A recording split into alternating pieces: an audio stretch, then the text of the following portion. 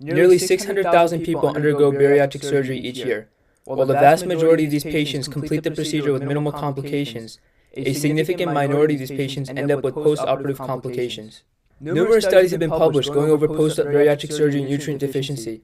In fact, my research group, Future Health Research and Mentorship, recently presented a poster at the Temple University Undergraduate Research Symposium going over the incidence of post-operative nutrient deficiency following Roux-en-Y versus Sadie gastric bypass. We plan to present this at the American Society for Metabolic and Bariatric Surgery annual conference. In order to address this issue, we created Nutrifit, a groundbreaking 2-in-1 nutrition and fitness application designed specifically for post-operative bariatric surgery patients. As the first of its kind, Nutrifit seamlessly integrates nutrient tracking with fitness tracking to support your journey towards optimal health. So let's go ahead and jump right into the app. If I hit run that main pie, I think it's a little slow right now because there's a lot of stuff running such as OBS, but we'll see what we can find. It'll jump right into the welcome screen. So I took some inspiration from Apple in that I display welcome in a lot of different languages, the main languages, just to add a little bit more of a personalized touch to the application. Now if we jump right into it, the application will ask for our name. And if you want to be a sneaky user and you want to bypass this and try hitting the arrow, it'll actually stop you. And it'll stop you because the name is required. So I'll go ahead and put my name right in there.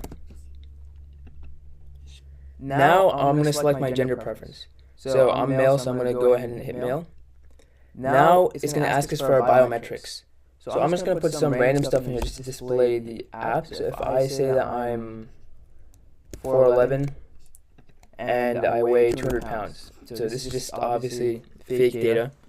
Then I can go ahead and also let me show you this. If you try to skip this part, it'll say please complete the biometrics. So I'm going to go ahead and enter 200. Now it's asking for your goal, whether you want to recomp, cut, or bulk. Obviously, if I'm 4'11" and 200 pounds, my goal shouldn't be really to bulk, it should be to cut. But rather, I'm going to hit bulk just to show you the personalization of this app. So we go into the loading screen, now we're into the home screen. And the home screen, this is your hub for both your nutrition information and your fitness information. So as you can see, our goal that we chose was to bulk. However, since our BMI is at 40.3 now, which is insanely morbidly obese, the app gives personalized suggestions that we should actually be cutting rather than bulking. In addition, it gives us our caloric goal. So our goal is 2,329 calories, and this is based off of our resting metabolic rate, which has a lot of different equations. And because there's so many equations for it, we searched the scientific literature and took all those equations and actually averaged them out to give the most comprehensive resting metabolic rate. And ours is at 2,329 plus, since we chose the bulk, plus an extra 500 because you should go 500 calories above your goal, above your RMR. Next is our nutrition recommendations. So as you can see, we've consumed 0 calories, 0 fats, 0 carbs, 0 proteins, and our nutrition recommendations is to consume everything. So let's go ahead and add some nutrients. So the first thing I'm going to add is just pure olive oil. So this is straight lipids, straight fat, 0 carbs, 0 protein. So I'm going to go ahead and add this, and this is all based off an API which gives us all this information. So I'm going to go and add this. So as you can see, there's literally no carbs or proteins into this. So now let's go back. Now our chart will update. And it'll give it a second because it's not usually this slow, but because there's so much stuff running, I think it's struggling a little bit. So now it will show that our calories that we consume is 119. We consume 13.5 grams of fat, and our entire chat is just fat. Also, you can see the calorie goal has been updated, but also our nutrient recommendation has been updated. Now it's recommending that we consume more carbs and proteins because we have none right now. So I'm going to go ahead and do that. Let's go ahead and say we have some good old protein powder. And even I'll show you, if you misspell a word like this, it'll still show up for you, which is nice. So let's go add this protein powder right here. Carbs 49. So there are carbs in protein powder, which is good. And then we'll go back, and our numbers should update in a bit, any second now. Yep, our numbers updated. So now if you look at it, I mean, obviously we still have a lot of fat because we consume so much. But if you look at this chart now it's updated a little bit. But we still need to consume more carbon proteins. So how about we go and we just have a good old chicken parmesan. I don't even know how to spell it, I'm not even going to lie. So I'm going to misspell it on purpose, and it's still going to show up.